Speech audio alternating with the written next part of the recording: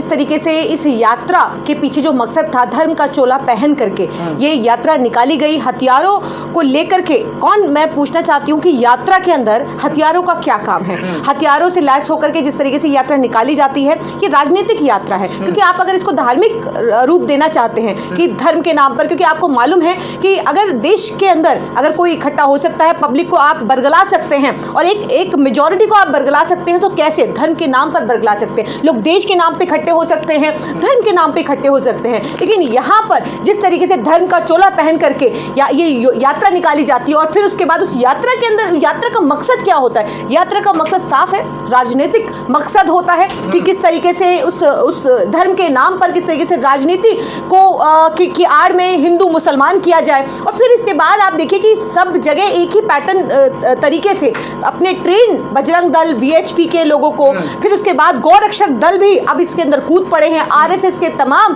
जो ये भगवाधारी गुंडे हैं, ये किस तरीके से हिंदू मुसलमान को रंग देने का काम करते हैं, हथियार लहराते हुए, विवादित बयान देते हुए, एक कम्युनिटी के लिए, एक समुदाय के लिए, मुस्लिम समुदाय के लिए बार बार एक ही तरीके के नारे, गोली मारो सालों को, देश के गद्दारों को, इस तरीके के नारे, और फिर ये कहते हैं कि हिंदुस्तान में रहना है तो जय श्री राम कहना है, इस तरीके के नारे लगाते हैं। और फिर उसके बाद ये कहते हैं कि हिंसा करते हैं, आगजनी करते हैं, शोरूम के शोरूम लूटते हैं, फिर आतंक इनका इस कदर है कि कई हत्याएं करते हैं, मौत के घाट लोगों को उतारते हैं, मस्जिदों के अंदर जिस तरीके से अपने झंडे लगाते हैं, फिर उसके बाद मस्जिद को आग की चपेट में झोंक देते हैं, इमाम की हत्या कर देते हैं, और फिर कहते हैं हमारे साथ जो हुआ हमारे साथ ही शोभा यात्रा के नाम पे, धर्म के नाम पर मुसलमान जो है वो पत्थरबाजी कर रहा है। तो आप ये समझिए किस तरीके से ये कार्ड खेला जा रहा है हिंदू मुसलमान, क्योंकि 2024 का चुनाव जो है वो सिर्फ और सिर्फ इसी पर लड़ना है कि भाजपा के पास मुद्दा नहीं है, भाजपा के पास सिर्फ हिंदू और मुसलमान करने के अलावा और कोई रास्ता नहीं है, इसीलिए जगह जगह प्रायोजित तरीके से इस तरीके के दंगे कराए जा रहे हैं। लेकिन तमाम मुद्दों के बाद जो कुछ हुआ उसके बाद जिस तरह से जाट समाज के लोग उन्होंने कहा कि हम आपके साथ नहीं हैं, जो बजरंग दल के लोग हैं, अगर वो साथ आते तो फिर क्या माहौल बनता, क्योंकि हरियाणा में जाट जो बहुत मजबूत है। देखिए, असल हिंदू की परिभाषा जो है वो एक हिंदू बहुत बेहतरीन तरीके से दे सकता है कि आज जिस तरीके से जाटों का समर्थन मांगा गया, गुर्जरों का समर्थन मांगा गया, उन्होंने साफ कहा कि हम सेक्युलर हैं और हम तुम्हारे साथ, क्योंकि जिस हिंदू राष्ट्र को बनाने की तुम कल्पना करते हो और जिस हिंदू होने की बात करते हो, तुम वो हिंदू नहीं हो। हिंदू धर्म किसी को बांटने का काम नहीं करता, किसी को जबरन जय श्री राम कहलाने का काम नहीं करता, जबरन किसी की हत्या करने का काम नहीं करता धर्म के आधार पर। हिंदू अगर सही मायने में हिंदू है तो हिंदू जोड़ने का काम करता है। एक महिला है जो नू के अंदर बड़ी वायरल हो रही है, आपने वो वीडियो देखा होगा कि किस तरीके से एक बूढ़े बाबा की दुकान को जो जितने भी दंगाई थे, बिट्टू बजरंगी हो, मोनू मानेसर जैसे गुंडे हो, तमाम दंगाइयों ने उनकी दुकान को आग लगा दी और उसके बाद फिर कोई एक हिंदू महिला ही घर से निकली और फिर उसके बाद उन्होंने हिंदू मुस्लिम भाईचारे की मिसाल देते हुए उनकी दुकान दोबारा से उनको जो है एक बना करके उसके अंदर तमाम सामान लेकर के उनको दिया और ये कहा और साफ तौर पे मैसेज दिया, वो है असल हिंदू, उन्हें कहते हैं हिंदू। ये दंगाई जो धर्म के नाम पर लोगों को मारने काटने का और फिर इस तरीके के विवादित बयान देने का काम करते हैं, ये हिंदू कतई नहीं हो सकते, क्योंकि हिंदू की परिभाषा अगर आप लेना चाहते हैं तो उस महिला से योगिता नाम है, उस महिला को देखिए और फिर आपको पता चलेगा कि वो महिला जो है वो हिंदू है। यह हिंदू कैसा होता है अगर देखना है तो उस महिला को देखिए और सलाम करती हूँ उस महिला के साहस को सलाम करती हूँ, जिस तरीके से उन्होंने मेवात में जाकर के उन तमाम लोगों की मदद करने का आह्वान किया है और ये कहा है कि हम और भी लोगों की मदद करेंगे। ये होता है असली हिंदू। लेकिन तमाम बातों के अलावा लेकिन जिस तरह से बातें कही गई कि मुसलमानों के घर पर ही बुलडोजर चल रहा है, लेकिन सरकार कह रही है कि दो तरफा कार्रवाई है, हिंदुओं के घर पर चलाया जा रहा, कुछ ऐसे वीडियोस आ रहे हैं कहा जा रहा है कि हिंदू की दुकानों पर भी चलाया गया, वो एक तरफा कार्रवाई नहीं है। देखिए, कार्यवाही का की अगर हम बात करें तो हमने देखा है कि किस तरीके से इसको ये जो हिंसा हुई है, हिंसा को क्या रंग देने की कोशिश की है सरकार ने।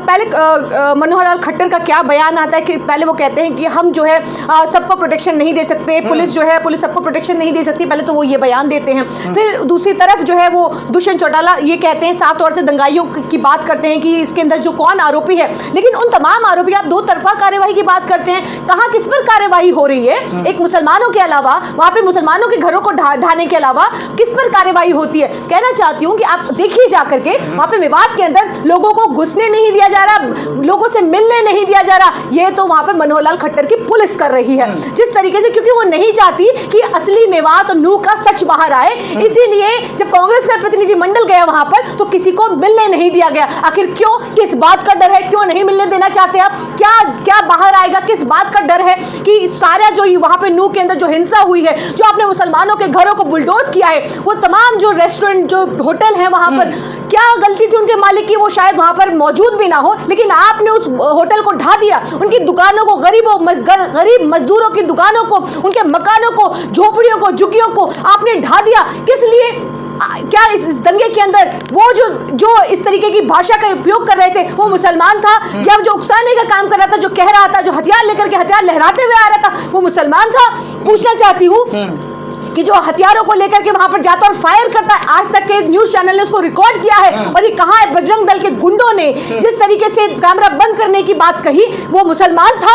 लेकिन आपको घर ढाना है मुसलमान का, क्योंकि आपको सिर्फ और सिर्फ एक कम्युनिटी, एक मेजॉरिटी का जिस तरीके से वोट लेना है, उसको ये मैसेज देना है कि अब मुसलमान इस देश में नहीं रहेगा, उसको तो हम पाकिस्तान भेज रहे हैं। सरकार जिस तरह की बात कह रही है कि दो तरफा कार्रवाई है, हिंदुओं का घर भी कोई दो तरफा कार्रवाई नहीं है, कोई दो तरफा कार्यवाही नहीं हुई। इस देश के अंदर जब भी कार्यवाही हुई है सिर्फ और सिर्फ मुसलमानों पर कार्यवाही होती है। आप मुझे बताइए कि कहां पर, किस तरीके से कार्यवाही? अगर मुसलमानों पर आप देखिए कि मुसलमानों के घरों पर, उनकी नमाजों पर, उनकी खान पान पर, कभी गौ रक्षा के नाम पर आप गौकशी करते हैं, आप लोगों की हत्याएं करते हैं, लेकिन वहीं दूसरे स्टेट में आपकी सरकार है, वहां पर आप गौ खाने की इजाजत देते हैं। ये कैसा धर्म है? ये आप एक राज्य के अंदर तो अलग कानून है, उसके लिए आप लोगों की हत्याएं करेंगे, लेकिन दूसरे राज्य में आपका अलग कानून है। ये किस तरीके से? आप यूसीसी की बात करते हैं, आप कैसे यूसीसी लाएंगे? आप कहते हैं एक देश एक कानून, लेकिन यहाँ पर अलग अलग राज्य में अलग अलग कानून चल रहा है। आप कहते हैं एक देश एक कानून, लेकिन यहाँ पर आप दो तरफा कार्यवाही, कभी आप यहाँ पर आप निष्पक्ष कार्यवाही की आप उम्मीद ना करें, क्योंकि जब पुलिस भी जब माली फूलों को नोच देता है तो फिर चमन को खतरा होता है माली से। और जब जिस तरीके से सरकार अगर निकम्मी हो जाए तो देश को खतरा होता है उन नेताओं से, जिस तरीके से आज पुलिस दंगाइयों के साथ मिलकर आपने तमाम वीडियो देखे। आप सुप्रीम कोर्ट की वकील है, उसके नाते एक सवाल बनता है कि जब इतने घर टूट गए तब सुप्रीम कोर्ट के कान में आवाज कैसे गई, पहले क्यों नहीं गई? देखिए सुप्रीम कोर्ट को जिस तरीके से पहले सुओ मोटो लेना चाहिए था, उस तरीके से पहले सुओ मोटो नहीं लिया गया, ये बात सही है। क्योंकि जब भी इस देश के अंदर जब बहुत बड़ा नुकसान हो जाता है उसके बाद सुप्रीम कोर्ट जाती है। जिस तरीके से आपने देखा था कि मणिपुर के अंदर 3 महीने जिस तरीके से मणिपुर जलता रहा, बेटियां निर्वस्त्र होती रही, अपनी इज्जत की भीख मांगती रही सड़कों पर, और देश का प्रधानमंत्री बाहर अपनी इज्जत की वाहवाही करता रहा। उसी तरीके से सुप्रीम कोर्ट भी बैठी तमाशा देखती रही, फिर उसको इंटरवीन करना पड़ा। जब 3 महीने तक मणिपुर चलता रहा तब उन्होंने कहा आप कार्यवाही करिए सरकार से, नहीं तो हम कार्यवाही करेंगे। लोग ये भी सवाल कर रहे हैं कि अगर कार्रवाई बुलडोजर की हो रही है सारे लोगों पर, तो बिट्टू बजरंगी मोनू माने से घर पर क्यों नहीं हो रही है? देखिए किसी पर नहीं होगी। और सुप्रीम कोर्ट की आपने बात कही, तो सुप्रीम कोर्ट को मान कौन रहा है? सुप्रीम कोर्ट का आदेश आने के बाद भी, स्टे होने के बाद भी कौन लगातार वहां पर बुलडोजर चल रहे हैं, लोगों के घर ढाए जा रहे हैं? कौन इस देश में जो सुप्रीम कोर्ट है, देश का संविधान है, उसको मान कौन रहा है? जब सुप्रीम कोर्ट को सुप्रीम कोठा कहने वाले लोग जब ये कहने लगे और चीफ जस्टिस ऑफ इंडिया को ये दोगला कहने लगे, तो आप ये समझ जाइए कि आप किस मानसिकता के लोगों के बीच में रह रहे हैं। और आप उनसे ये उम्मीद कतई नहीं कर सकते कि वो किसी भी लॉ एंड ऑर्डर को मानेंगे। जब पुलिस भी साथ खड़ी होकर के वो दंगाइयों के साथ शामिल होकर के दंगा कराती है, तो आप निष्पक्ष कार्यवाही की उम्मीद बिल्कुल नहीं कर सकते। आखिरी सवाल यह है कि जिस तरह से माहौल दंगे का बनाया गया, उसके बाद बजरंग दल के लोग जो अभी एचपी के लोग हैं वो ऐलान कर रहे हैं, महापंचायत हो रही है कि जो यहाँ पर मुसलमान रेडी लगा रहे हैं, जो किराए पर है, किसी को किराए पे मकान नहीं देना,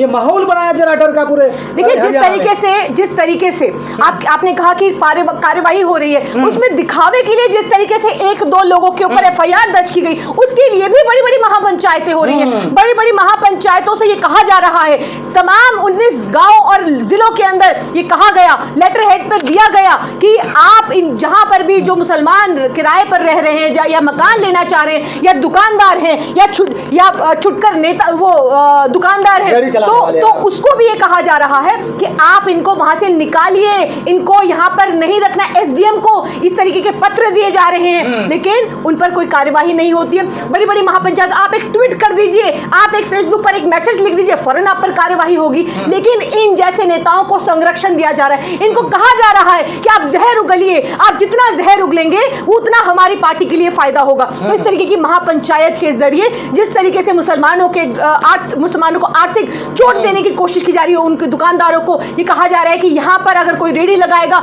या कोई दुकान खोलेगा तो वो जिम्मेदार वो खुद होगा, उसके साथ जो होगा। तो इस तरीके की बातें करना और फिर उसके बाद उसके साथ किसी भी तरीके की कोई कार्यवाही नहीं होती है। तो मैं कहना चाहती हूँ कि देखिए, अब हमें इनसे कोई उम्मीद नहीं, किसी भी तरीके की कोई उम्मीद नहीं है और ना हम अब उम्मीद रखते हैं। मैंने पहले भी कहा तो अब भी कह रही हूँ, हमें सिर्फ और सिर्फ उम्मीद जो है वो सिर्फ अल्लाह से है और उसके अलावा हम किसी से कोई उम्मीद नहीं करते हैं। क्योंकि हमने इस देश के अंदर ये देखा है कि हमने जो जिस तरीके से मेवातियों को गांधी जी ने कहा था कि आप लोग कहीं मत जाइए और गांधी जी की बात मान करके जिस तरीके से मेवाती रुके थे, आज उसका वो खामियाजा भुगत रहे हैं और इस देश के हर मुसलमान को इसका खामियाजा भुगतना होगा। लेकिन एक मैसेज देना चाहती हूँ, हम तैयार हैं, हम हर तरीके से हर कीमत चुकाने को तैयार हैं। आप हमसे लड़ना चाहते हैं, आप हमको मारना चाहते हैं, आप हमको मौत के घाट उतारना चाहते हैं, आपकी मानसिकता ये है कि आप हमको आर्थिक चोट देना चाहते हैं। आपके अंदर जितनी हिम्मत हो आप हमें तोड़ने की कोशिश करिए,